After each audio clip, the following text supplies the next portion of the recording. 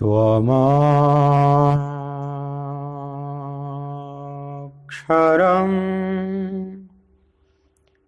परमं वेदितव्यं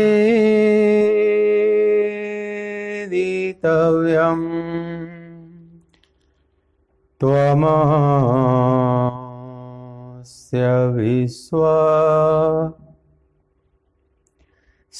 परं निधानम् त्वमव्ययः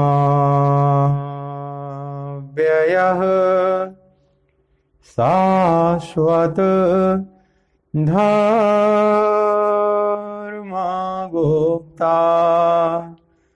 सनातनस्त्वं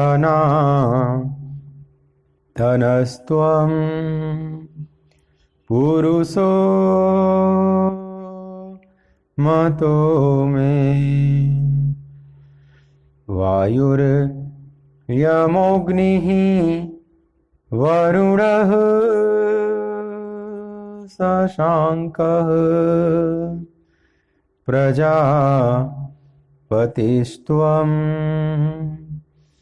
प्रपितामहश्च नमो नमस्तेस्तु सहस्रकृत्वः पुनश्च भूयोऽपि नमो नमस्ते। बोलिए भक्तवत्सल भगवान की जय।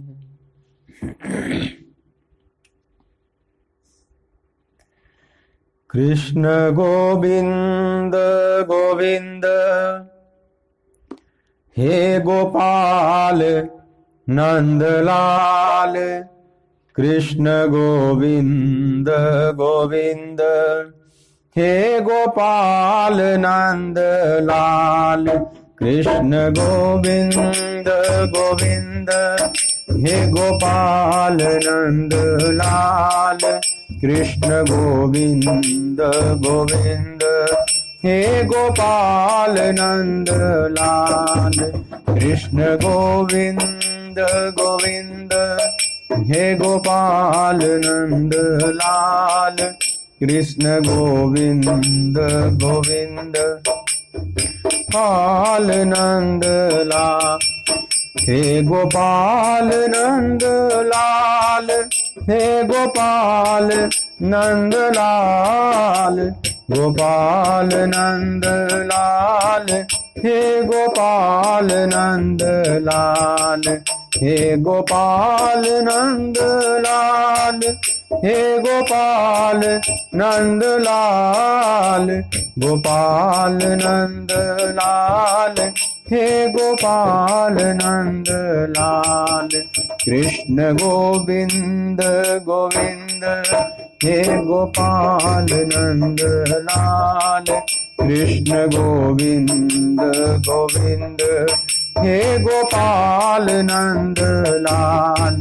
कृष्ण गोविंद गोविंद हे गोपाल नंदलाल।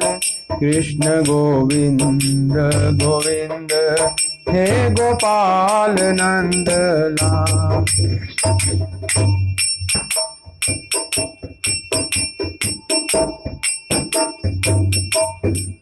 हे गोपाल नंदलाल हे गोपाल नंदलाल। गोपाल नंदलाल हे गोपाल नंदलाल। हे गोपाल नंदलाल हे गोपाल नंदलाल। गोपाल नंदलाल हे गोपाल नंदलाल। कृष्ण गोविंद गोविंद हे गोपाल नंदलाल। कृष्ण गोविंद गोविंद हे गोपाल नंदलाल। कृष्ण गोविंद गोविंद हे गोपाल नंद लाल कृष्ण गोविंद गोविंद हे गोपाल नंद लाल कृष्ण गोविंद गोविंद हे गोपाल नंद लाल कृष्ण गोविंद गोविंद हे गोपाल नंद लाल।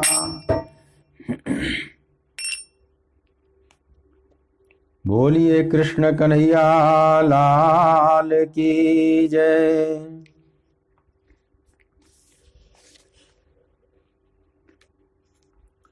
श्रीमद् भगवद गीता ज्ञान यज्ञ के इस मांगलिक सत्संग सत्र में मेरी तरफ से, आराधना कुंज की तरफ से, श्रीधाम वृंदावन की तरफ से आप सभी प्रभु चरण अनुरागी गीता प्रेमी भक्त वृंदों का बहुत बहुत स्वागत है।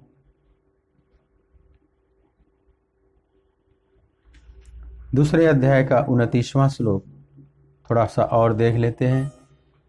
29th आप मेरे साथ गायन करेंगे। आश्चर्यवत् पश्यति कश्चिदेनम्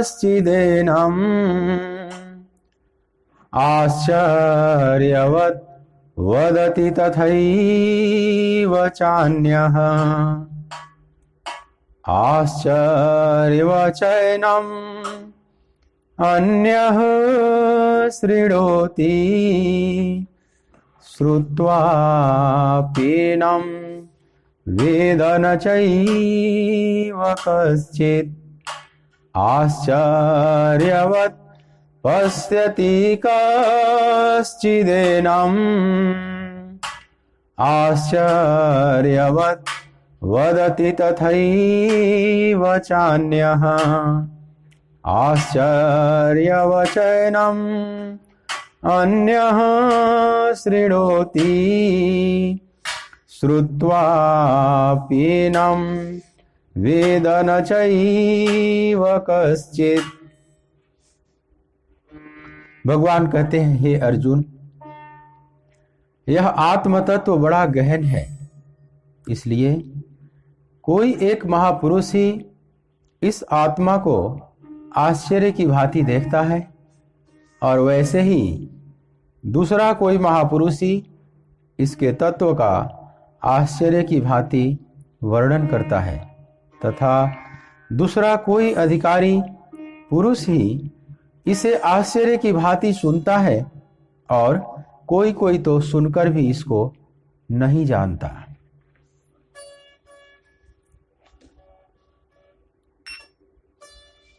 इस श्लोक में भगवान 3 प्रकार के मनुष्यों की बात किए हैं।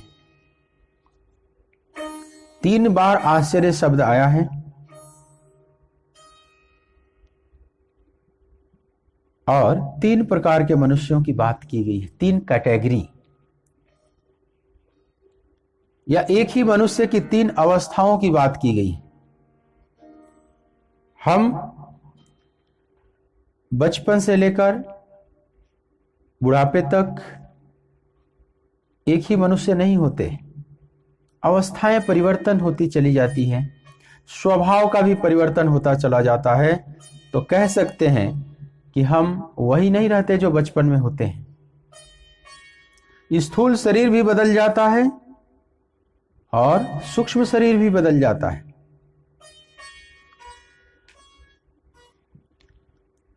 उसी प्रकार से एक ही मनुष्य ज्ञान के अलग अलग स्तर पर खड़ा होता है।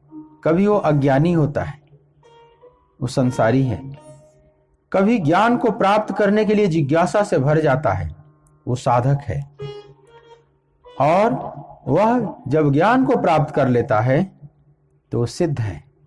तो संसारी, साधक और सिद्ध, ये 3 अवस्थाएं हैं। मनुष्य समुदाय जितना है उसे मोटे तौर पर हम इन 3 भागों में बांट सकते हैं, संसारी, साधक और सिद्ध। तो प्रारंभ में जो भगवान कहते हैं कि आश्चर्यवत पश्यति कश्चिदेनम आश्चर्यवत बदति तथैव चान्यः, ये तो सिद्धों की बात कह रहे हैं कि कोई एक महापुरुष ही इस आत्मा को आश्चर्य की भांति देखता है, मतलब वे सिद्ध जन हैं। और कोई वैसे ही दूसरा महापुरुष इसके तत्व का वर्णन करते हैं, वे भी सिद्ध जन हैं जो परमात्म तत्व का वर्णन कर सकते हैं, वे भी सिद्ध जन हैं। फिर आगे कहते हैं कि कोई अधिकारी पुरुष इसे आश्चर्य की भांति सुनता है,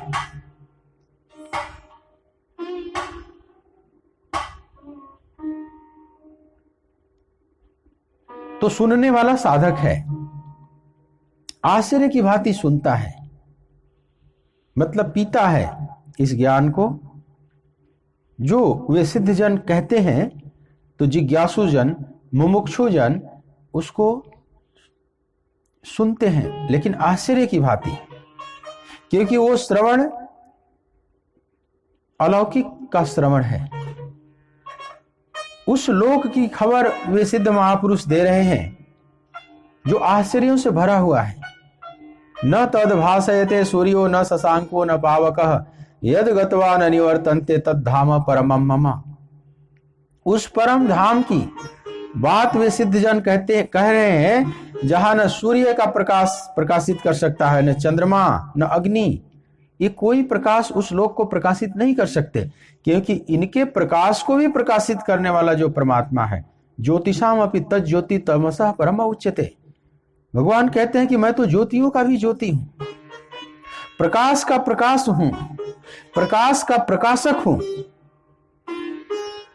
जगत प्रकाश्य प्रकाशक रामू, ये पूरा जगत प्रकाश से है, उसके प्रकाशक तो राम हैं। तो जिसको हम प्रकाश कहते हैं आम बोलचाल की भाषा में, सूर्य का प्रकाश, चंद्रमा का प्रकाश, अग्नि का प्रकाश, विद्युत का प्रकाश, भगवान कहते हैं कि यह प्रकाश भी उस धाम को प्रकाशित नहीं कर सकते, बल्कि बात उल्टी है, इस प्रकाश को भी वह परमात्मा प्रकाशित कर रहा है। जो सूर्य का प्रकाश है वह प्रकाश से है, और जो परमात्मा है वो प्रकाशक है, वे ज्योतियों के भी ज्योति हैं। जिस प्रकाश के किरणों में आप पूरे जगत को देखते हैं, वह प्रकाश भी उस परमात्मा की उपस्थिति के कारण ही कार्य कर रहा है। उस प्रकाश की सत्ता भी तभी तक है जब परमात्मा की सत्ता है। परमात्मा की सत्ता से ही वो सत्तावान भास रहा है, मतलब जो वास्तविक सत्ता है वो तो केवल परमात्मा की है।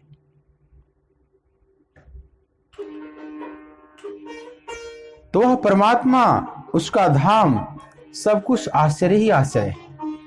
तो जब वह आश्चर्य का अनुभव करके वे सिद्ध जन उसके बारे में कुछ कहते हैं, आश्चर्यवत बदति तथैव चान्यः, तो जो मुमुक्षु साधक जन हैं उसको आश्चर्य की भांति सुनते हैं।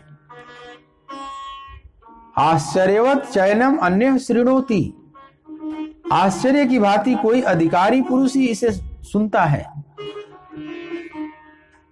अधिकारी पुरुष माने साधक, और अनधिकारी पुरुष मतलब संसारी। उसके बारे में भगवान कहते हैं कि वो तो सुन सुन के भी नहीं जान पाता। अनधिकारी पुरुष इस आत्म तत्व का वर्णन अगर कहीं से सुन भी ले तो भी नहीं जान पाता है। तो वह बड़ा दुर्लभ संयोग है उस परमात्मा को अनुभव में लाना, क्योंकि वो सब अलौकिक बातें हैं। इसलिए भगवान आश्चर्य आश्चर्य आश्चर्य कहते हैं। तो इस श्लोक में तीन कोटि हैं, सिद्ध की, साधक की और संसारी की। तो संसारी तो सुन सुन के भी नहीं जान पाता, साधक आश्चर्य की भांति सुनता है। आश्चर्यवत शयनम अन्य शृणोति। और जो सिद्ध महापुरुष हैं उसे आश्चर्य की भांति देखते हैं और आश्चर्य की भांति बोलते हैं। उनका देखना इसलिए आश्चर्यजनक है क्योंकि वह देखना कर्ण निरपेक्ष है। किसी माध्यम के द्वारा उस परमात्मा का अनुभव नहीं किया जा सकता, उसमें कोई बीच में नहीं होना चाहिए। कर्ण निरपेक्ष का मतलब बीच में हमारे और उसके बीच में और कोई भी नहीं है। जैसे आप कोई वस्तु देखते हैं, आप किसी वस्तु को देखने का अनुभव कर रहे हैं तो उसमें बीच में कई बिचौलिए हैं, प्रकाश की किरणें हैं। अगर प्रकाश न हो तो आप नहीं देख पाएंगे।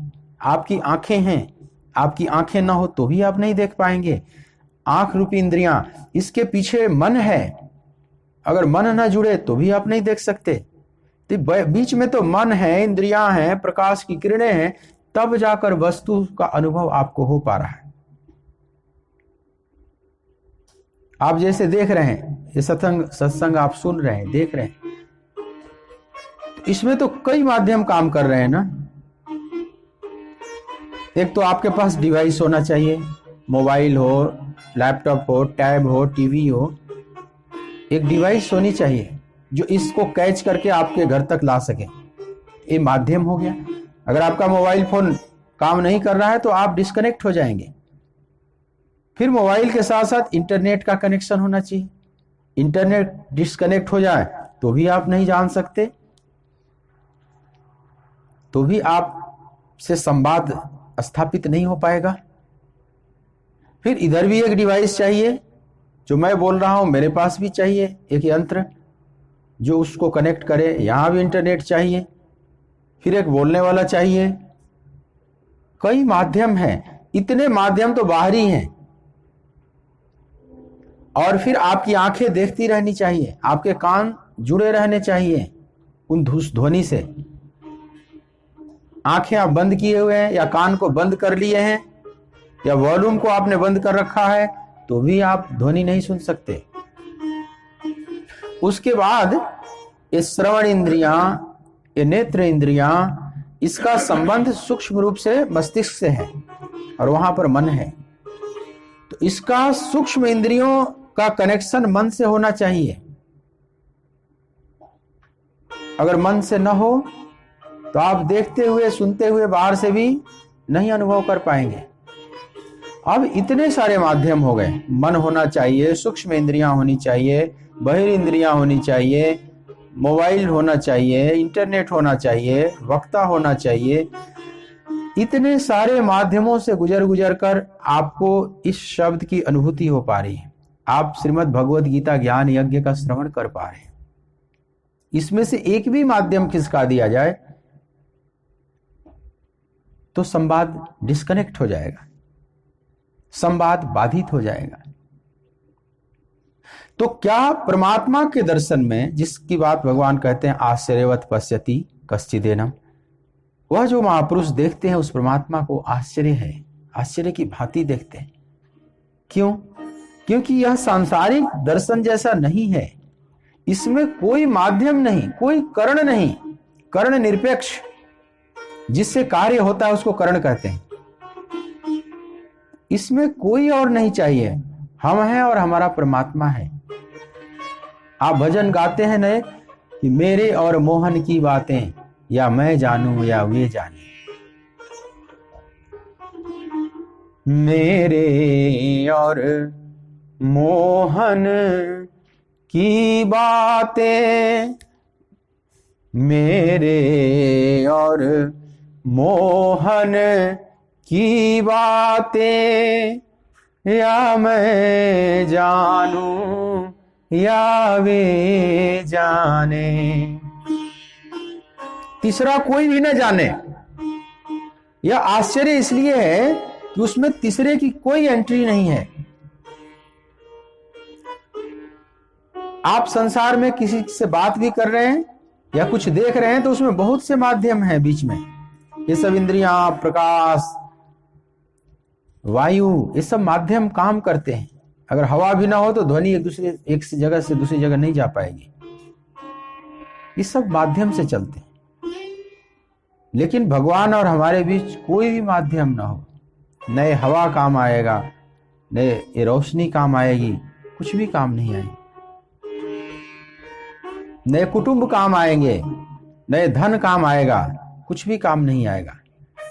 तो मेरे और मोहन की बातें या मैं जानूं या वे जाने, या तो आत्मा जानती है या परमात्मा जानता है।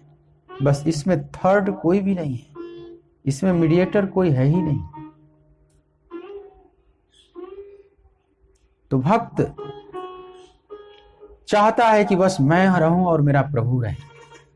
जो ज्ञानी है वे चाहते हैं कि बस केवल शुद्ध सत्य ही रह जाए, प्रभु ही शेष रह जाए, और कोई दूसरा तत्व नहीं, दूजा तत्व न कोई, एक ओंकार, वह केवल एक ही रह जाए, या मैं और मेरा प्रभु रह जाए, एक ही बात है। इसलिए यहां आश्चर्य कहा गया है। इसलिए भक्त सदा चाहता है कि एकांत में गुफ्तगू हो प्रभु से। वो सदा एकांत की मांग करता है, अकेलापन नहीं, एकांत। और वो चाहता है उस एकांत में हम अपने प्रभु से वार्ता करें, प्रभु का आश्चर्य की भांति दर्शन करें, आश्चर्य की भांति उनकी बातों को सुने, आश्चर्य की भांति अपनी बात उन तक कहें, बीच में लेकिन और कोई माध्यम ना हो। आ बैठ के करिए गल सामा, आ बैठ के करिए गल सामा, एक तू होवे एक मैं होवा, आ बैठ के करिए गल सामा, एक तू होवे एक मैं होवा, तेरे चरणों में मेरा सिर होवे, तेरे चरणों में मेरा सिर होवे, मेरे सिर पर तेरा हथ सामा, आ बैठ के करिए गल सामा, एक तू होवे एक मैं होवा। इसी आश्चर्य का वह अनुभव करता है। जब परमात्मा का अनुभव करता है, वो दर्शन करता है, तो वो दर्शन ऐसा नहीं है जैसे सांसारिक वस्तुओं, व्यक्तियों की हम दर्शन करते हैं।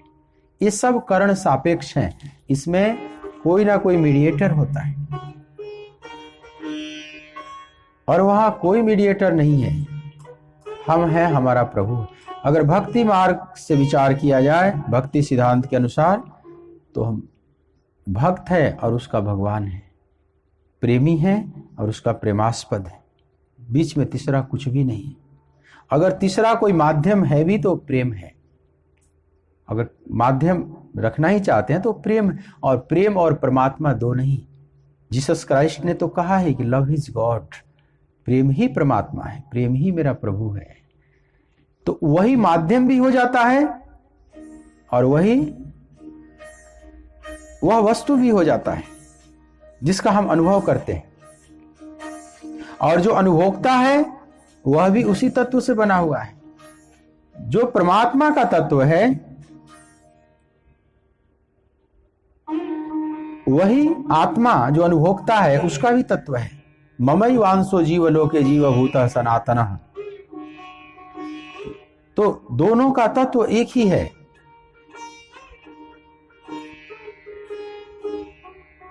और बीच में एक जो माध्यम है प्रेम तत्व, वो भी वही है, प्रेम ही प्रभु है। मतलब वह प्रेम तत्व ही शेष रह जाता है और कुछ नहीं रह जाता। तो वहां पर इसलिए जो दर्शन करता है वह सिद्ध महापुरुष उसको कहते हैं भगवान आश्चर्यवत पश्यति। आश्चर्य की भांति वो देखता है, क्योंकि वहां और कोई नहीं है। अरे मैं हूं आनंद। और अगर भक्ति ज्ञान मार्ग के साधक हैं, उनका भाव थोड़ा उसी में अलग है। वो दो भी नहीं स्वीकार करते, वो कहते हैं बस वही है, तू ही तू, तत्वमसि सत श्वेत केतु। तू वही, बस तू ही तू रह जाता है, या मैं ही मैं रह जाता है, या तू ही तू रह जाता, जो कहना है कह लो। अरे मैं हूं आनंद और आनंद है मेरा। लेकिन जब द्वैत झड़ जाता है, द्वैत गिर जाने का मतलब प्रकृति और प्रकृति की जो अभिव्यक्तियां हैं, ये प्रकृति के गुण, पंच महाभूत, पंच प्राण, इंद्रियां, सूक्ष्म इंद्रियां, अंतःकरण, ये सब समाप्त हो जाते हैं। यही द्वैत निर्मित करते हैं।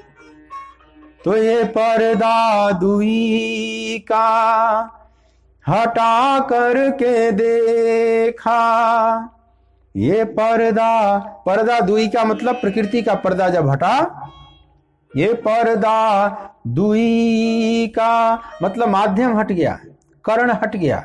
अब कर्ण निरपेक्ष स्थिति जब आई, तो ये पर्दा दुई का हटा करके देखा, सिवा मेरे अपने जुदा कुछ नहीं है। ये पर्दा दुई का हटा करके देखा, सिवा मेरे अपने जुदा कुछ नहीं है। अरे मैं हूँ आनंद, अरे मैं हूँ आनंद और आनंद है मेरा। जैसे भक्ति में केवल प्रेम ही रह जाता है, प्रेमी और प्रेमास्पद दोनों प्रेम में डिजॉल्व हो जाते हैं, विलय हो जाते हैं, वह प्रेम स्वरूप ही रह जाता है। वैसे ही अगर ज्ञान मार्ग का जो साधक है, वो कहता है कि सिर्फ आनंद ही रह जाता है, मैं भी डिजॉल्व हो गया, वह परमात्मा भी डिजॉल्व हो गया, उसका भी विलय हो गया, रह क्या गया? सिर्फ आनंद। तो अरे मैं हूं आनंद। अब मैं क्या हूं? न मैं देह हूं, न इंद्रियां हूं, न मन हूं, न बुद्धि हूं, न विचार हूं। नहीं देह हूं, नहीं इंद्रियां, मैं स्वच्छ से भी स्वच्छतर। ये अनुभव होता है। ज्ञान का मार्ग ये मत समझना कि शुष्क है, वह आनंद ही आनंद, आनंद का सागर है। जहां आनंद सचितानंद का वो सागर ही शेष रह जाता है। भक्ति मार्ग में केवल प्रेम का सागर रह जाता है, ज्ञान मार्ग में केवल आनंद का सागर रह जाता है। एक ही चीज को कहने के ढंग है दो। सच्चितानंद, सतचित आनंद स्वरूप जो परमात्मा है, माने आनंद स्वरूप ही शेष रह गया। परमात्मा आनंद स्वरूप। नंद घर आनंद भयो जय कन्हैया लाल, हम गाते हैं ना, नंद के घर आनंद प्रकट हो गया। वो लाला जैसे आनंद स्वरूप है। तो भक्त और वो सिद्ध महापुरुष जो ज्ञान मार्ग से चलते हैं, वे यही अनुभव करते हैं कि अरे मैं हूं आनंद। इतना जैसे राजा जनक को जब ज्ञान हुआ, अष्टावक्र का उपदेश करते सुनते सुनते महाराज जनक को जब विदेहावस्था की प्राप्ति हुई, विदेह राज हो गए, यही उनकी उक्ति निकलने लगी, अरे मैं हूं आनंद और आनंद में। अपनी महिमा को देखकर इतने गदगद हैं कि कहते हैं गुरुदेव ऐसा जी करता है कि मैं स्वयं को ही प्रणाम कर लूं, मेरा मुझको नमन, मैं स्वयं से स्वयं को नमन करूं, अपनी ही स्तुति करूं। अब वहां अपनी स्तुति मतलब ये परिच्छिन्न भाव से नहीं, किसी संकीर्ण भाव से नहीं, ये बहुत उदार भाव, यह शुद्ध सत्य है। जब अपनी महिमा का पता चला कि अरे मैं हूं आनंद और आनंद है मेरा, अरे मैं हूँ आनंद और आनंद है मेरा, मस्ती ही मस्ती है और कुछ नहीं है। मुझे मेरी मस्ती कहाँ लेके आई, मुझे मेरी मस्ती कहाँ लेके आई, जहाँ मेरे अपने सिवा कुछ नहीं है। पता जब लगा मेरी हस्ती का मुझको, पता जब लगा मेरी हस्ती का मुझको, जब मुझे अपनी हस्ती का पता चला। अभी तक हमें अपनी हस्ती का पता नहीं, क्योंकि मैं अपने को शरीर मान रहा हूं, मन विचार इंद्रियां मान रहा हूं। तो हम अपने को समझते एक सामान्य मनुष्य हैं।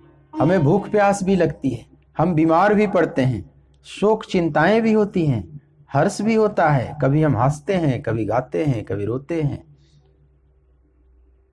अभी तो हमें इतना ही पता है। कभी नुकसान हो जाता है, कभी हानि होती है, कभी लाभ होता है। किसी दिन मान मिलता है, किसी दिन अपमान मिलता है। तो सुख दुख में कभी खुशी कभी गम, तररम पम पम, बस यही जीवन है हमारा। खुशी और गम में पेंडुलम की तरह डोल रहा है हमारा जीवन। जैसे पेंडुलम होता है ना, कभी इधर जाता है, कभी उधर जाता है, इधर उधर। क्यों? क्योंकि हमें अपनी हस्ती का पता नहीं है। हमारी दशा कुछ इस प्रकार की है। जिस आत्म तत्व की बात भगवान कह रहे हैं, जिधर अर्जुन की दृष्टि खींचना चाह रहे हैं, वहां जिसकी दृष्टि जाती है वो स्वयं महापुरुष ही एक आश्चर्य है। क्योंकि वो जो चीज देखता है वो एक महाआश्चर्य, आश्चर्यवत पश्यति कश्चिदेन। लेकिन हमारी दशा ये है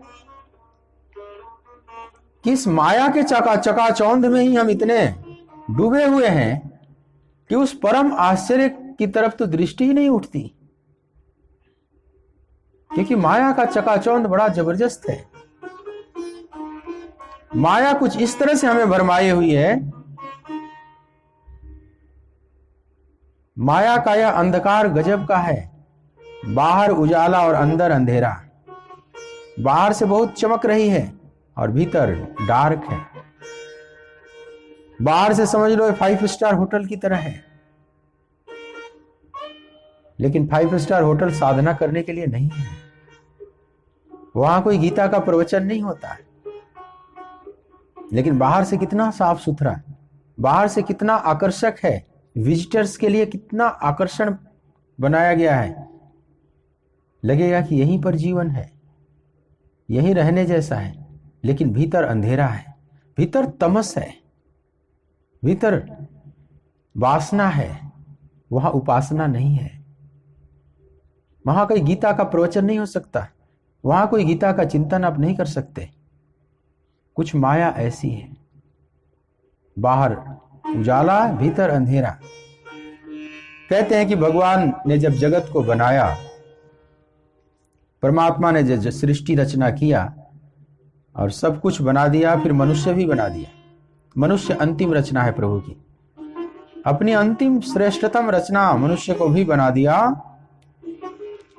तो 2 देवियों को भेजा इस संसार में कि जाओ थोड़ा तुम लोग भी अपना साम्राज्य विस्तार करो।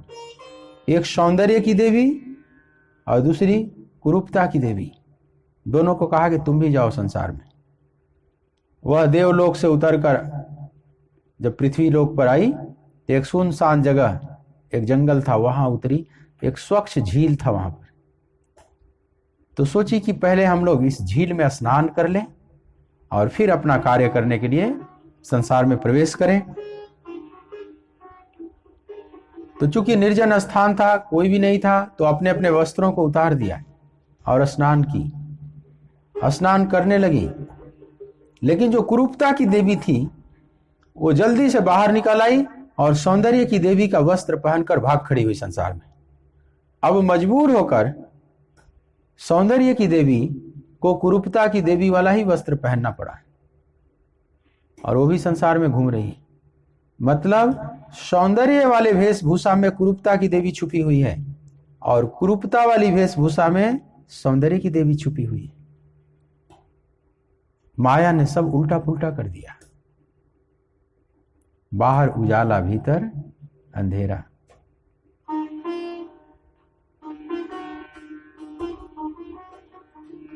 तो हमें तो माया का खेल ही आश्चर्यजनक दिखता है, परमात्मा का तो कुछ खेल नजर ही नहीं आता है। हम क्या आश्चर्यवत पश्यति, हम क्या आश्चर्य की भांति देखेंगे? हमें तो यह माया का खेल बड़ा आश्चर्य की भांति दिखाई पड़ता है। हमारे रोल मॉडल, हमारे ये सब आदर्श तो ये बन जाते हैं। पूरी फिल्म इंडस्ट्री बनी हुई है, अभिनेता बने हुए हैं, अभिनेत्रियां बनी हुई हैं, नेता बने हुए हैं, बिजनेसमैन बने हुए हैं। हम तो आकर्षित हैं उस पद के प्रति। जैसे कोई बहुत बड़ा पद पा गया, प्रधानमंत्री का पद, राष्ट्रपति का पद, जो नहीं पाया है उसके लिए वो बहुत बड़ी चीज है। वो सोचता है कि भाग्यशाली तो यही है, मैं तो अभागा, किसी काम का नहीं। वो अपने भाग्य को, दुर्भाग्य को कोस रहा है। लेकिन वो पद भी माया का एक चकाचौंधी है। वो धन हो, चाहे पद हो, चाहे बाहर का ये सब कुल सौंदर्य हो, आकर्षण हो, इस सब के भेष में समझ लो कुरूपता की देवी घूम रही है। उस कुरूपता की देवी को पहचानो, अपने विवेक की दृष्टि को इतने सूक्ष्म करें, एक्सरे किरण की तरह बनावें। जैसे एक्सरे जब किया जाता है तो हड्डी का चित्र निकाल कर वो लाता है, वो ऊपर के स्किन का चित्र नहीं लाएगा। ये साधारण कैमरे तो ऊपर के स्किन का फोटो खींच लेते हैं, और उस स्किन के फोटो को ही आप खूब आश्चर्य की भांति देखते हैं। एक संसारी मनुष्य और एक सिद्ध मनुष्य में कितना अंतर है। संसारी मनुष्य दिन भर फोटो लेता है, सेल्फी लेता है, उसी को देखेगा, जूम कर करके देखेगा। आजकल सेल्फी कैमरे कितने चल पड़े। अब रियर कैमरा से ज्यादा सेल्फी कैमरे बड़े स्ट्रॉन्ग आ रहे हैं, क्योंकि सेल्फी में बड़ी रुचि। अपना स्वयं का फोटो लो, उसी को काट पीट के कुल तैयार करो, उसको डिजाइन करो। बड़े बड़े ऐप भी हैं उसके, अद्भुत अद्भुत, उसी को सजाते रहते। आज के युवक युवतियां उसी में लगे रहते हैं, अपने सौंदर्य को देखने में, क्योंकि उनका जो कैमरा है वो केवल स्किन का फोटो लाता है। जीवन का एक बड़ा भारी कीमती समय और शक्ति उसमें व्यय करते हैं। यह भी आश्चर्य की बात ही देख रहे हैं। नए नए डिवाइस चेंज करते हैं, नए नए कैमरे, नए नए मेगापिक्सल का आना चाहिए। अब ऐसा व्यक्ति जिसकी भगवान बात कह रहे हैं आश्चर्यवत पश्यति, वह सिद्ध महापुरुष आश्चर्य की भांति देखते हैं। ये नहीं देख सकते, इनकी दृष्टि तो अभी बहुत नीचे है। इनकी दृष्टि समझ लो गिद्ध दृष्टि है। गिद्ध जैसे आकाश में उड़ रहा है, लेकिन दृष्टि तो नीचे है, हाड़ और मांस पर है। पर कोई इसी धरातल पर खड़ा होकर और ऊंची दृष्टि उठाता है, अपनी दृष्टि को ऊपर उठाता है, उन्नयन।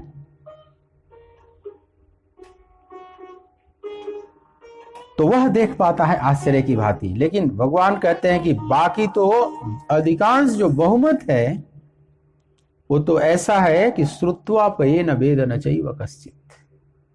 जो अंतिम बात कहते हैं इस श्लोक का कि श्रुत्वा पेनम वेद न चैव कश्चित्, सुन सुन के भी नहीं जान पाते, क्योंकि वो ठीक से सुनना ही नहीं चाहते। उनका रस कहीं और है, उनकी दृष्टि पूरी नीचे है। वो माया के चकाचौंध में इतने उलझे हुए हैं कि परमात्मा के चकाचौंध की तरफ उनकी तो नजर ही नहीं कभी उठती। लेकिन अंदर से कोई भी बुरा नहीं है, और अंदर से आत्मदृष्टि से देखा जाए तो सब दिव्य है। यहां कोई भी बुरा नहीं। भीखा भूखा को नहीं, सबकी गठरी लाल, गांठ खोल देखत नहीं, यही विधि भया कंगाल। चाहे आज वो बिल्कुल साधारण है, जिसकी बात भगवान कहते हैं कि श्रुत्वा पेन वेद न चैव कश्चित्, वह सुन सुनकर भी नहीं जान पाता चाहे वो बिल्कुल ऐसा ही क्यों ना हो। लेकिन ध्यान दें, आत्म तत्व उतना ही देदीप्यमान उसके भीतर भी है। भीतर से हर आत्माएं दिव्य हैं। विद्या विनय संपन्ने ब्राह्मणे गवि हस्तिनी सुनी चैव स्वपाके च पंडिता समदर्शिनः। भगवान कहते हैं कि हे पार्थ, वह जो ज्ञानी महापुरुष हैं, अनुभूत महापुरुष हैं, उनकी स्थिति कैसे रहती है, उनकी दृष्टि कैसी होती है? तो चाहे विद्या विनय संपन्न ब्राह्मण हो, चाहे गाय हो, कुत्ता हो, चांडाल हो, हाथी हो, पंडिता समदर्शिना, सब में एक दृष्टि उनकी होती है, क्योंकि उनकी दृष्टि आत्मा पर पड़ती है। आत्मदृष्टि उनके पास हो चुकी। वे सबको आश्चर्य की बात ही देखते हैं। आश्चर्यवत पश्यति कश्चिदेनम। वो महापुरुष पूरे जगत को जगदीश के रूप में देखते हैं। उनको जगत दिखाई नहीं पड़ता, केवल जगदीश ही शेष रह गया। तो जो जगदीश का दर्शन कर रहा है, उसकी दृष्टि कितनी आश्चर्यजनक होगी। वो तो केवल अवाक होकर उसका पान करता है।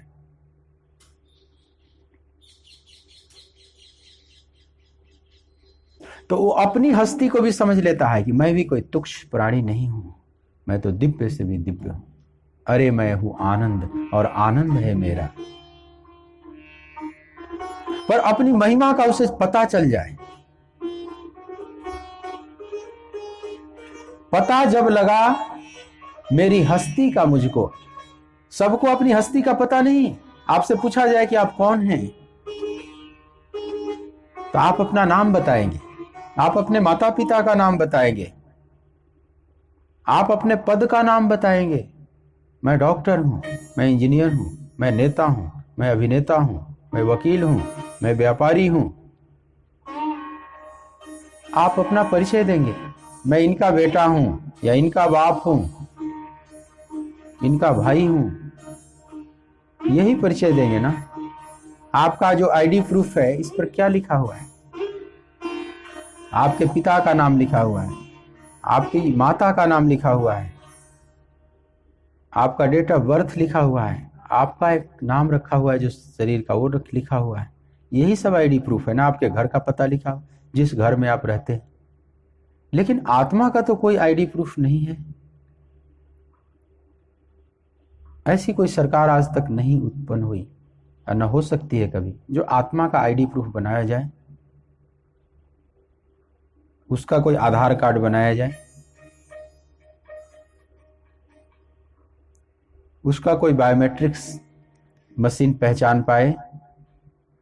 आजकल लगे हुए ना बायोमेट्रिक्स। तो कोई ऐसी मशीन वैज्ञानिक नहीं बना सकते जो आत्मा को पकड़ सके, आत्मा का बायोमेट्रिक्स बता सके कि ये कौन है। क्योंकि ये प्राकृतिक मशीन उस अप्राकृतिक घटना को नहीं, क्योंकि वो तो आश्चर्य है, वो तो एक महाआश्चर्य है। और सब जीव आश्चर्य है, यहां सब कुछ आश्चर्य है, क्योंकि सब दिव्य हैं, उसी दिव्य के अंश हैं। ममैव वांसु जीवलोके जीवभूतः सनातन। लेकिन अपनी हस्ती का पता हमें नहीं है, इसलिए हम अपने को कई बार बड़ा दीनहीन महसूस करते हैं। कई लोग आत्महत्या कर लेते हैं, अपने जीवन से इतने उदास हो जाते हैं, इतनी ग्लानि से भर जाते हैं, ऐसा लगता है कि ये जीवन रखने ही जैसा नहीं है। एक व्यक्ति बहुत ग्लानि से भर गया, दिवालिया घोषित हो चुका था, संसार बिल्कुल उसको नरक की तरह लग रहा था। सोचा कि इससे बढ़िया तो आत्महत्या कर लूं, ये जीवन समाप्त कर लूं। नदी के किनारे बढ़ा चला जा रहा है कि नदी में कूदकर आत्महत्या कर लूंगा। और वहां पर जब गया तो देखा कि एक वृक्ष के नीचे एक संत बैठे हुए। थोड़ी देर मन में भाव जगा उसको कि अब तो मरने जा ही रहा हूं, जरा अंतिम दुआ सलाम कर लूं, इस संत को प्रणाम ही कर लूं। अब तो मरने जा ही रहा हूं, अब तो द एंड कहानी का होने वाला है। उपन्यास का अंतिम पन्ना पलटा जाएगा मेरे जीवन का। तो संत को प्रणाम किया और प्रणाम करके तुरंत जाने लगा। जब जाने लगा तो संत ने रोका, जरा रुको, इतनी जल्दी भाई क्यों भागे चले जा रहे हो? आए हो, प्रणाम किए, इतनी धूप में चलकर पसीने से लथपथ हो, परेशान भी दिख रहे हो, चेहरे पर बड़ी खिन्नता और विषाद है, उदासी है, और आए हो भाई, प्रणाम भी कर लिया तुमने, तुम्हारे में श्रद्धा भी दिखाई पड़ रही है, तो छांव में, इस वृक्ष की छांव में थोड़ी देर बैठ लो, ऐसी भी जल्दी क्या है कि एकदम भागे भागे जा रहे हो? वह व्यक्ति रोने लगा, बोला कि महाराज मुझे मत रोकिए, मैं मरने जा रहा हूं, बस केवल अंतिम प्रणाम करने आपको आ गया था, एक आशीर्वाद आप अंतिम जो देना है दे दीजिए, और मैं अब कूद कर मरूंगा इसी नदी में, मुझे मत रोकिए। मेरे जैसा गरीब दरिद्र कोई भी नहीं है इस संसार में, संसार का सबसे दरिद्र व्यक्ति मैं हूं, अब ये जीवन रखने जैसा नहीं लग रहा है, मैं मरने जा रहा हूं। महात्मा समझ गए कि अंदर से टूटा हुआ व्यक्ति। महात्मा ने कहा कि देखो, तुम्हारा जीवन है, तुम मरने जा रहे हो या जीने जा रहे हो, मैं कौन होता हूं बीच में आने वाला है? तुम्हारा जीवन है, प्रभु ने तुझे जीवन दिया है, अब तुम समाप्त भी कर सकते हो, तुम्हारे और उस परमात्मा के बीच में मैं कौन होता हूं आने वाला? भाई तुझे जो करना है वो करो। लेकिन एक बात मेरे मन में ख्याल आ रही है, यहां का जो राजा है वो मेरा शिष्य है, तो मैं वहां चल रहा हूं, तुम चलना चाहो तो मेरे साथ थोड़ी देर और चलो। मेरे साथ तुम चल सकते हो, फिर तुझे मरना तो है ही, फिर मर जाना थोड़ी देर के बाद अगर मेरी बात मानो तो। उस व्यक्ति ने भी सोचा कि अब तो मरना है ही, चलो थोड़ी देर और सही, लेकिन मन में कुछ विश्वास नहीं हो रहा कि ये हमारे लिए क्या कर देंगे, कौन सा हमारे संकट में मददगार बन जाएंगे। आगे आगे संत, पीछे पीछे वो व्यक्ति राजभवन में पहुंचे। राजा उनका भक्त था, बड़ा स्वागत किया। उस व्यक्ति को एक जगह बैठा दिया गया एक कक्ष में, और अपने गुरु को लेकर अंदर चले गए राजा। थोड़ी देर में गुरुदेव आए, वो संत आए उस व्यक्ति के पास, बोले कि भाई देखो, राजा से मेरी अभी अभी बात हुई, चूंकि तुम मरने जा रहे हो तो थोड़ी सी बात हुई है कि जो तुम्हारी 2 आंखें हैं ना, वो दे दो, बेच दो, इसके 1-1 लाख रुपए मिल जाएंगे, दोनों के 2 लाख रुपए मिल जाएंगे, इन आंखों को दे दो, दान कर दो, नेत्र दान कर जाओ। बोला कि अब विचार में डूब गया कि मान लो इन 2 आंखों को बेच दूंगा, मैं अंधा हो जाऊंगा, कैसा जीवन होगा। तो विचार करके बोला कि नहीं, ऐसा नहीं हो सकता, मैं जीते जी अपनी आंखें नहीं दे सकता।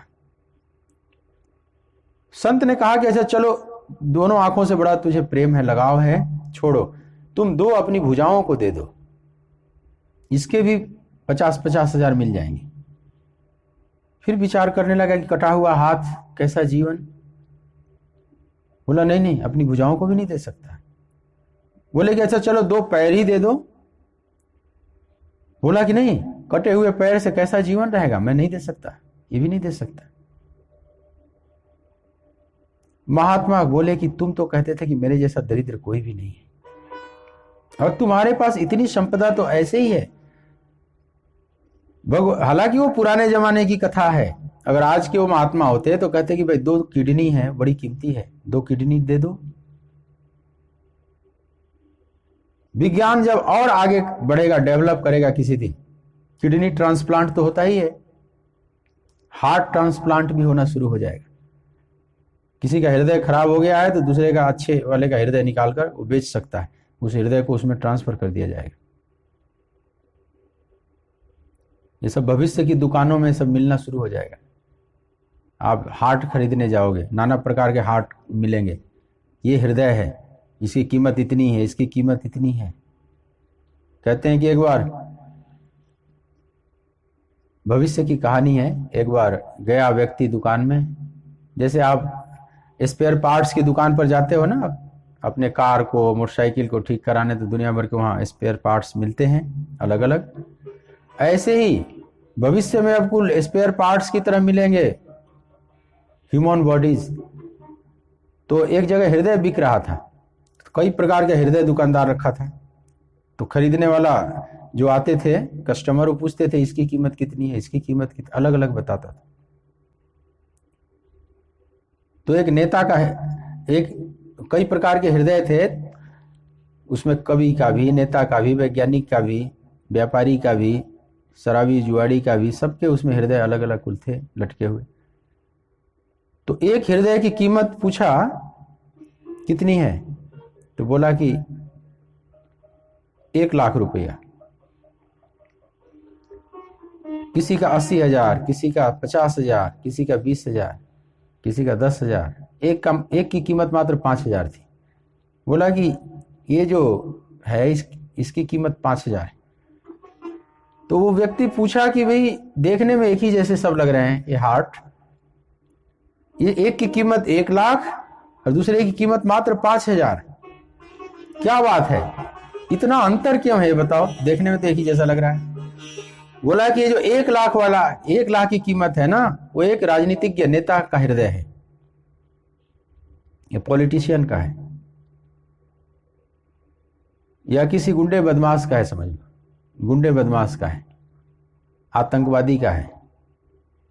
और ये जो हृदय है वो एक भक्त का है, एक भावुक भक्त का, भोला भाला जो भावुक भक्त है उसका है। और वो एक टेररिस्ट का है, घोर खुखार आतंकवादी ओसामा बिन लादेन का है।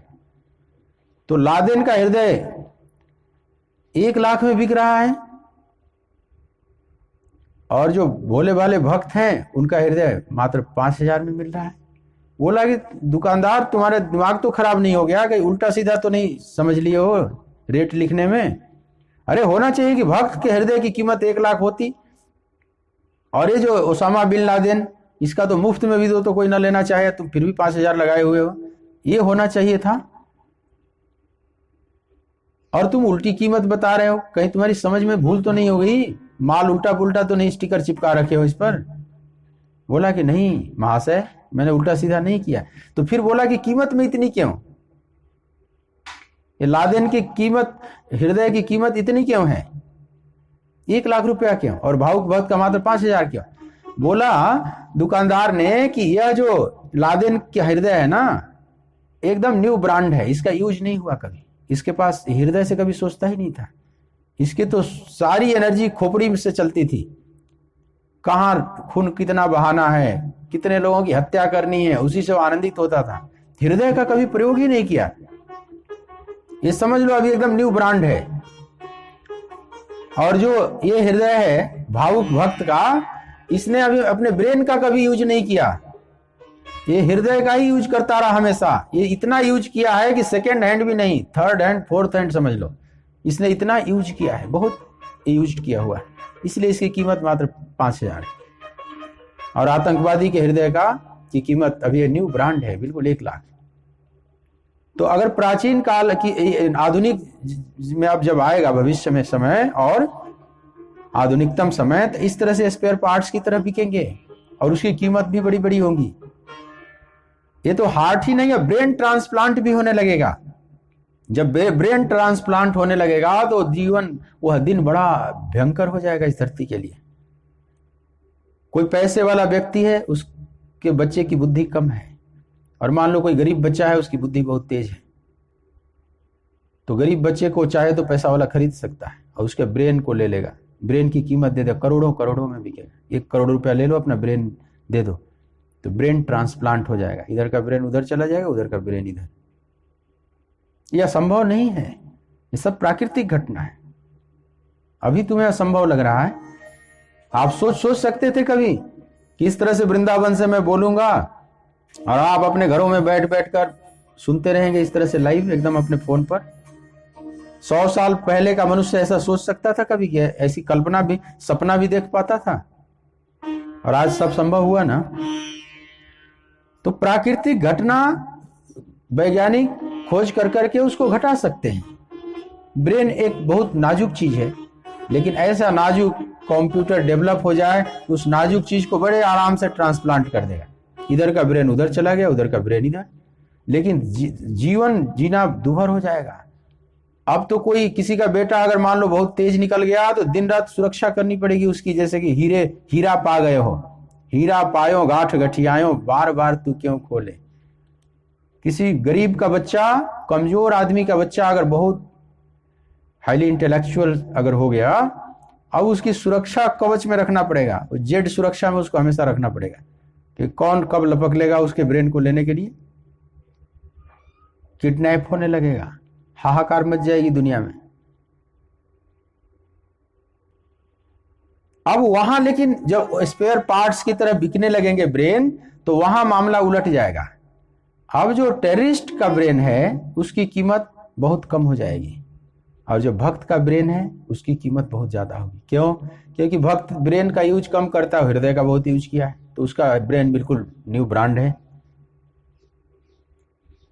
अब गोपियों का हृदय मान लो कहीं निकाल कर कहीं बिके और ब्रेन भी बिके, तो ब्रेन का तो यूज ही नहीं किया गोपियों ने कभी, और हृदय का इतना यूज किया कि उसका चिथड़ा चिथड़ा उड़ा दिया है। उस हृदय में वो जैसे वही नहीं, खाली कृष्ण ही है। भक्त केवल हृदय से जीता है, अब ब्रेन बिल्कुल रख दिया किनारे। और जो दूषित जन है, जो आसुरी स्वभाव के लोग हैं, वो बहुत बुद्धि में जीते हैं, बुद्धि का ही गणित दिन रात लगाते रहते हैं। भक्त के पास कहाँ है? उद्धव जब समझाने आए तो गोपियां आंखें फाड़ फाड़ देख रही थी। जब भगवान कृष्ण द्वारा लिखे हुए पत्र को सुना रहे थे उद्धव, तो शुरू के जो 4 श्लोक हैं बड़े वेदांत के हैं, ज्ञान परक हैं। जब पढ़ रहे थे उद्धव तो गोपियां आंखें फाड़ फाड़ देख रही, और गोपियां मानो कह रही हैं कि उद्धव मन ना भये 10-20। ये जो समझा रहे हो, या श्याम सुंदर समझा रहे हैं तुम्हारे माध्यम से हम लोगों को, अब ये बात हमें समझ में नहीं आ रही, क्योंकि मेरे पास 10-20 मन नहीं है। तो उधो मन ना भये 10-20, एक हूँ तो सो गयो श्याम संग। एक ही मन तो विधाता ने दिया था, एक हूँ तो सो गयो श्याम संग, को अवराधेईस। रे उधो भैया मन ना भये 10-20, उधो मन ना भये 10-20। अगर 10-20 मन दिए होते वह विधाता, तो एक मन से, उस एक मन से तुम्हारे योग का चिंतन करता, कहीं वेदांत का चिंतन करता, कहीं शास्त्र का चिंतन करती हम लोग। लेकिन मेरे साथ तो बड़ी दिक्कत है, अब तो है ही नहीं, वो तो चला गया श्याम के संग। अब ये उपदेश यहाँ टिकेगा नहीं, यहाँ तो केवल हृदय ही बचा हुआ है, और उस हृदय का भी चिथड़ा उड़ गया है। उसमें ऐसा वो बाके बिहारी फंस गया है कि हृदय का चिथड़ा उड़ा। ब्रेन अभी बिल्कुल न्यू ब्रांड है, उसका यूज नहीं हुआ है, क्योंकि वहां बुद्धि तो नहीं जा सकती ना, वो बुद्धि गम्य है ही नहीं। इसलिए जब वो महापुरुष देखे तो भगवान कहते हैं आश्चर्यवत पश्यति कश्चित्, वो आश्चर्य की भांति देखता है। और जो संसारी है श्रुत्वापेन वेदन चैव कश्चित्, सुन सुन के भी नहीं जान पाता, क्योंकि उधर उसने दृष्टि ही नहीं उठाई। वो तो माया के चकाचौंध में उलझा हुआ है, उसको अपनी हस्ती का कुछ पता ही नहीं कि मैं कौन हूं। तो जो संत राजा के पास ले गए थे उस व्यक्ति को, वो तो एक आंखें खोलना चाहते थे कि आंख दे दो, हाथ दे दो, पैर दे दो, और आधुनिक संत होते तो कहते किडनी भी दे दो, हार्ट भी दे दो, ब्रेन भी दे दो। तो करोड़ों करोड़ों की संपदा है उसके पास, लेकिन ये पुराने जमाने की कहानी है। तो मना कर दिया कि नहीं नहीं, मैं कुछ नहीं दे सकता।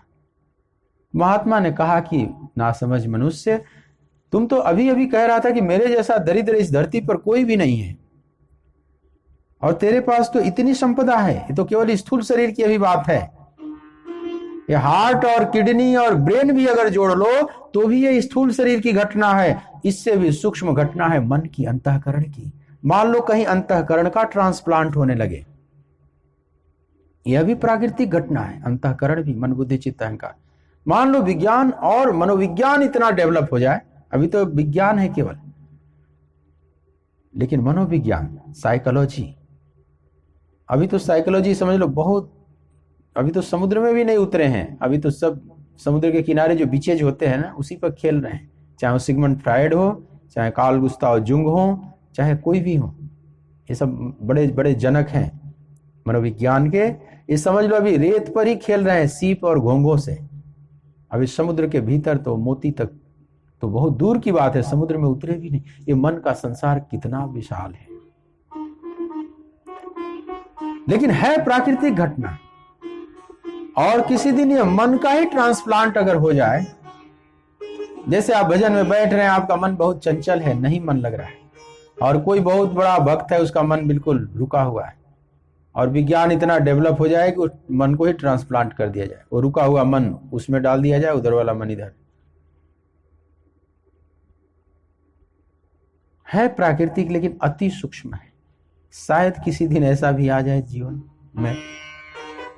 ये सब महा आश्चर्यजनक बातें हैं, लेकिन प्राकृतिक घटनाएं चाहे कितनी भी आश्चर्यजनक हो, है संभव, यह संभव नहीं है।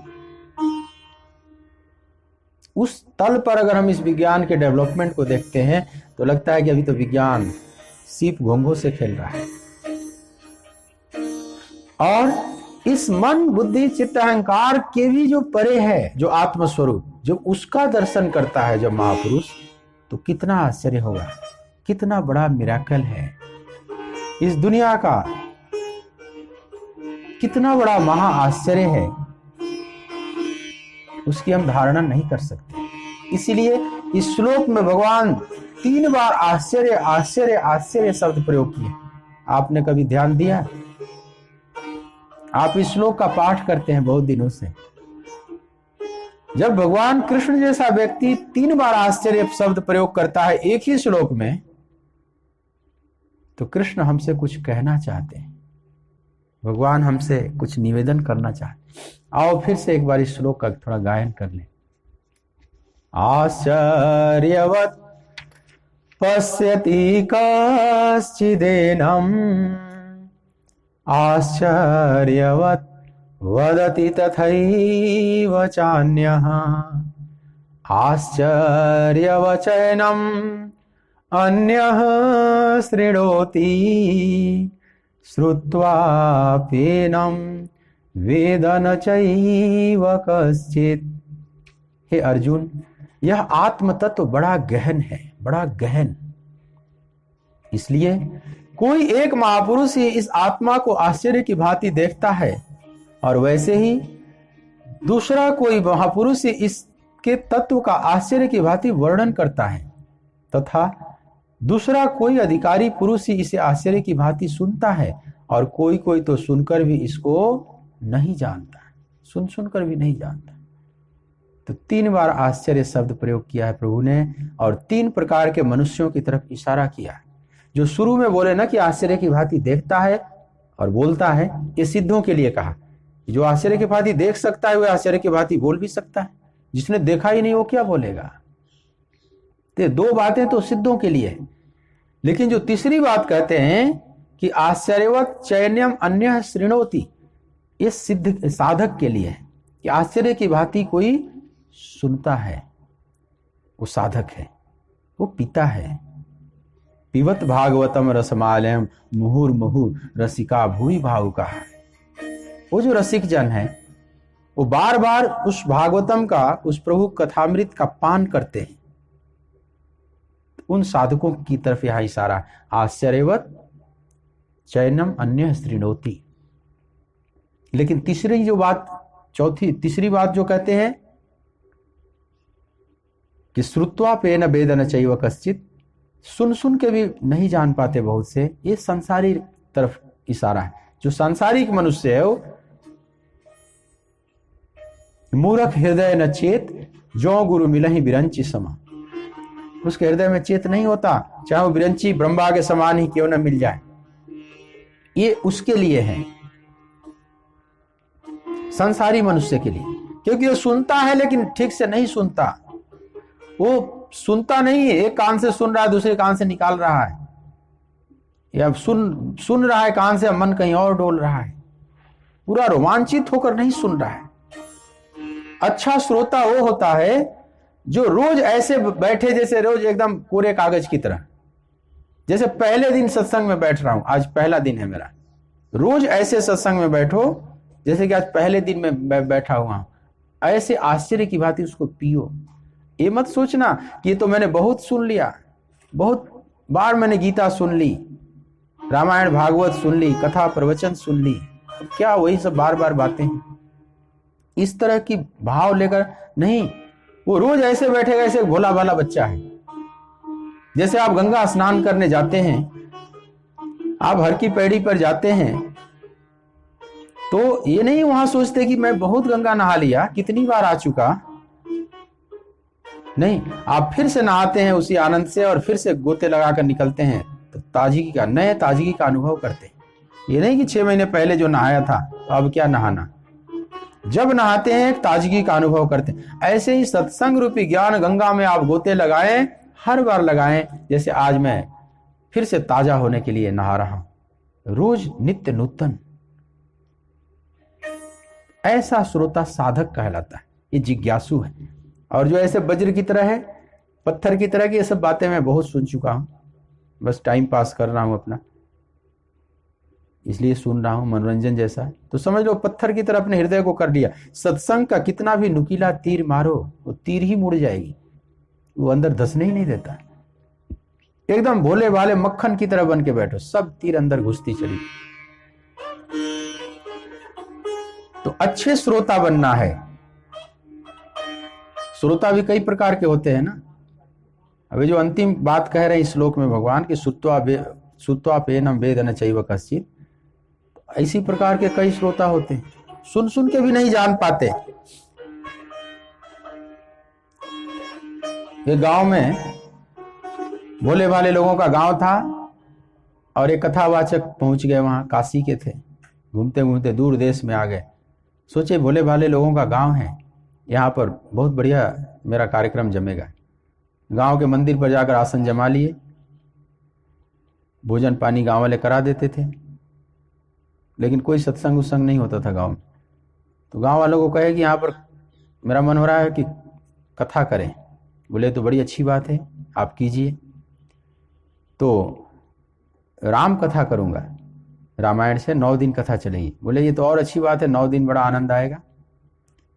जो जो उन्होंने कहा कथावाचक ने सब व्यवस्था जमा दिया, और जब व्यवस्था जमा दिया तो 9 दिन कथा चली, सब सुनने आते थे। जब कथा पूरी होगी 9वें दिन की, तो जो गांव के बड़े बुजुर्ग लोग थे जो रोज कथा में आते थे नियमित, उनको बुलाकर पूछा कि कथा कैसी लगी, आनंद आया? बोले क्या महाराज आनंद आया कथा में, समय कैसे बीत जाता था पता ही नहीं चलता था। तो बड़े खुश हुए कथावाचक। बोले कि भाई कोई प्रश्न तो नहीं है आप लोगों के मन में? बोले और तो कोई प्रश्न नहीं है, सब क्लियर है, बस एक प्रश्न खटक रहा है। क्योंकि कथा में आनंद तो बहुत आई, क्योंकि हम कैसे 3-4 घंटे बीत जाते थे पता भी नहीं चलता था। हमारी रस्सी भी तैयार हो जाती थी, वो रस्सी बटने के सामग्री भी लाते थे, साथ में रस्सी भी बटते रहते थे, कथा भी सुन। बोले कि एकदम 3-4 घंटे में रस्सी भी तैयार हो जाती थी, इधर कथा भी सुन लेते थे, टाइम कैसे बीत जाता था पता ही नहीं चलता था, बड़ा आनंद आया। और प्रश्न तो कोई भी नहीं, बस एक प्रश्न रह गया है। वो बार बार आप एक राक्षस संबोधन करते थे, राक्षस। वो राक्षस राम थे कि रावण थे, ये थोड़ा सा कंफ्यूजन पैदा हो गया है। आप इसको भी साफ कर दिए, यही एक प्रश्न बचा हुआ है। कथावाचक ने सिर पीट लिया, बोले न राक्षस राम थे न रावण थे, मैं ही राक्षस था जो तुम लोगों को कथा आकर सुनाया। और वहां से भाग खड़े हुए। ऐसे भी श्रोता होते हैं, वो सुन नहीं रहे, वो तो अपनी रस्सी तैयार हो रही है, बस 2-4 शब्द कानों में झंकृत हो रहे हैं, राक्षस। अब वो राम है कि रावण है ये भी नहीं समझ में आ रहा है। तो श्रुत्वा पे न वेद न चैव कश्चित्, ऐसे ऐसे श्रोता तो सुन सुन के भी नहीं जान पाते। कई अति मूर्ख टाइप के भोले भाले होते हैं। देखो संत भोला भाला होता है वो अलग बात है, लेकिन एक मूर्ख टाइप के भी लोग भोला भाला होते हैं, वे भी कुछ नहीं जानते, भोलेपन में ही कुछ नहीं जानते, वो अपने भोलेपन से ऊपर नहीं उठना चाहते, वो विवेक की दृष्टि नहीं उठाना चाहते। एक गांव में ऐसे ही एक भोला व्यक्ति रहता था, भोला भाला, उसकी पत्नी भी बड़ी भोली भाली थी, और गलती से एक बिल्ली को मार दिया लाठी, बिल्ली मर गई। अब सुबह सुबह गांव पंडित जी निकल रहे थे रास्ते से, पता चला इसने बिल्ली मार दिया।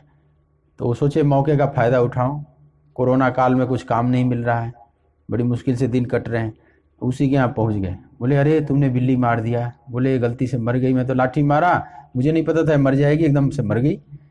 बोले तो महा अपराध है, अब महान पाप लगेगा। बोले पंडित जी फिर क्या करूं? तो बोले कि एक कथा सुननी पड़ेगी तेरे को, सत्यनारायण की कथा। तो बोले अच्छा सत्यनारायण की कथा कैसी होती है, हमने तो कभी सुना ना कभी जाना। बोले तुझे चिंता करने की जरूरत नहीं, जो जो मैं बताऊंगा वैसे वैसे करना है बस। बोले ठीक है। पति पत्नी दोनों बोलेगी नरक के भय से मुक्त होने के लिए सत्यनारायण की कथा सुनेंगे पहली बार। तो कल कथा करूंगा, कल पूर्णिमा है। तो पत्नी को बोले कि आंगन में 4 हाथ वर्गाकार लिप देना, लंबाई चौड़ाई में 4-4 हाथ, गोबर से बढ़िया लिपाई कर देना। उन्होंने वस्तुएं बताई, ऐसे केले के पत्ते लगा देना, ऐसे कर देना, आसन बिछा देना। अगले दिन पंडित जी आए तो सब व्यवस्था करके रखे हुए थे पति पत्नी, और उसको सामने बैठाया, पंडित जी भी बैठे, उसको भी बैठाया। फिर समझाया कि देखो कभी तुमने कथा सुनी है ना देखी है, तो जैसा मैं कहूं वैसा करना, बस तुझे यही करना है। जो जैसा मैं कहूं वही तुम करना, बोलना। बोले कि बिल्कुल पंडित जी आप चिंता ही नहीं करो, वही बोलूंगा वही करूंगा, अन्यथा कुछ करूंगा ही नहीं। और पत्नी भी देख रही है खड़े खड़े कि कैसे कथा चलती है। तो पंडित जी ने उसको पानी दिया, आम के पल्लों से पानी निकालकर उसको दिया कि लो आचमन करो, ये लो पानी। तो उसने भी कहा है लो पानी। बोला अरे मेरे को जरूरत नहीं है, तुम ले, तू अपना हाथ शुद्धिकरण कर। तो वो भी बोलता है कि मेरे को जरूरत नहीं, तुम अपना हाथ शुद्धिकरण कर। बोले अरे तू मूर्ख तो नहीं है? तो वो भी बोला कि तू मूर्ख तो नहीं है। अब पंडित जी का दिमाग गर्म होने लगा, अरे ना समझ, मैं जो कह रहा हूं वो करो। तो वो भी बोलता है कि अरे ना समझ, जो मैं कह रहा हूं वो करो। पंडित और गर्म हो गए, बोले तुझे कथा सुननी है कि नहीं? तो वो भी बोलता है तुझे कथा सुननी है कि नहीं? बोला मैं जाऊं। पंडित जी बोले मैं जाऊं। तो वो भी बोलता है मैं जाऊं। अब पंडित जी को गुस्सा आ गई, एक थप्पड़ जड़ दिया उसको, महावज्र मूर्ख है। तो उसने भी एक थप्पड़ जड़ दिया, बोला महावज्र मूर्ख है। अब दोनों में गुत्थम गुत्थ हो गया वहां पर, और इतनी लड़ाई शुरू हो गई कि अब वो जो लिपा गया था ना, पत्नी ने लिपा था, उसे भी बाहर चले जाते थे। तो पत्नी देखी कि ये तो लिपे से बाहर कथा हो रही है, वो सोच रही है कथा हो रही है, खूब जमा हुआ है। अब वो पंडित का पैर पकड़ कर खींचकर उस तरफ ढकेल दी कि जब लिपने से बाहर ही कथा करनी थी तो और बोले होते, 2-4 हाथ और लिप दी होती बढ़ाकर। अब देखे कि ये तो दोनों बड़ा वज्र मूर्ख हैं। और पंडित जैसे ही जान छुड़ाकर जैसे तैसे भाग खड़े हुए घर में आए। अब वो सोचा कि बड़ा बढ़िया है कथा हुई है, तो अपनी पत्नी से कह रहा है कि अरे इस कथा करने में बड़ा मेहनत पड़ता है, ये पंडित जी ऐसे ही 2-4 कथा सुनाते होंगे तो इनको कितना मेहनत पड़ रहा होगा। मेरे को तो एक कथा सुनने में इतने पसीने छूट गए। अब दोनों को अभी नहीं पता कि ये कथा नहीं हुई है, वो सोचे यही कथा हुई है। तो पंडित जी को बढ़िया से उनका जो दक्षिणा है, राशन पानी है, सब देना चाहिए। तो बोले कि वो तो बोला कि मैं तो थक गया हूं बिल्कुल, तुम ही जाओ दे आओ। अब पंडित के यहाँ जाकर देने जा रही है सीधा पानी दक्षिणा। अब पंडित तो जले भुने बैठे थे और एक डंडा लगाए उसको भी, वो भागी खड़ी हुई। अब मतलब अब तक ये नहीं समझ पाए ये दोनों कि ये कथा नहीं हुई है। ऐसे ऐसे भी वज्र मूर्ख होते हैं। तो ऐसे वज्र मूर्खों के लिए नहीं है अध्यात्म। भोला भाला, मूर्खतापूर्ण भोला भाला नहीं होना चाहिए। भक्त भोला भाला होता है। भोली गोपी राधे राधे लिखा रहता है ना वृंदावन। गोपियां भोली भाली हैं लेकिन विवेकवती हैं, वो विवेक के चश्मे से कृष्ण तत्व को देख रही हैं, तभी तो इतना प्रेम हुआ है। तो ऐसा नासमझ और मूर्ख नहीं होना है। उसके लिए तो भगवान कहते हैं श्रुत्वा पे न वेदना चाहिए वह कश्य, सुन सुन के भी वो नहीं जान पाता। अब वो क्या सत्यनारायण की कथा सुने दोनों? तो हमारे अंदर भी एक मूर्खता है। हम उस व्यक्ति, उस पति पत्नी की मूर्खता पर तो हंस सकते हैं, लेकिन कहीं ना कहीं हमारे अंदर भी मूर्खता है। अगर अध्यात्म के प्रति हम जिज्ञासा से नहीं बढ़ते तो हम भी नासमझ ही हैं। तो ऐसा नहीं बनना है। अपनी स्थिति को समझें। मैं दिव्याति दिव्य हूं, प्रभु भी दिव्याति दिव्य हैं। हम दिव्य से दिव्य का दर्शन करना है। अपनी हस्ती को समझना है, हम बहुत कीमती हैं।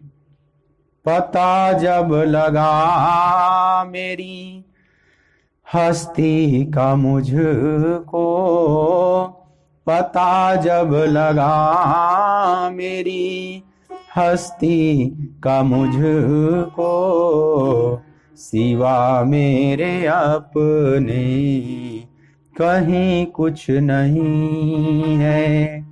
अरे मेरी मस्ती कहाँ लेके आई, जहाँ मेरे अपने सिवा कुछ नहीं है। हरे राम राम राम सीता राम राम राम, हरे राम राम राम सीता राम राम राम, हरे राम राम राम सीता राम राम राम, हरे राम राम राम सीता राम राम राम, हरे राम राम राम सीता राम राम राम, हरे राम राम राम सीता राम राम राम,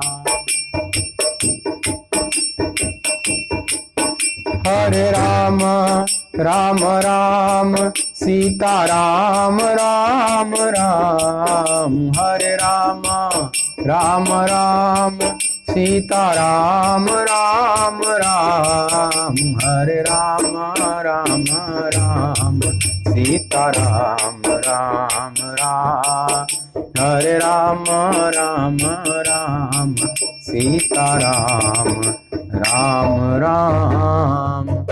बोलिए भक्त वत्सल भगवान की जय, सच्चिदानंद भगवान की।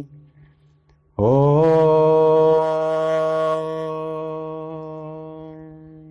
नमः पार्वती पतये, हर हर महादेव।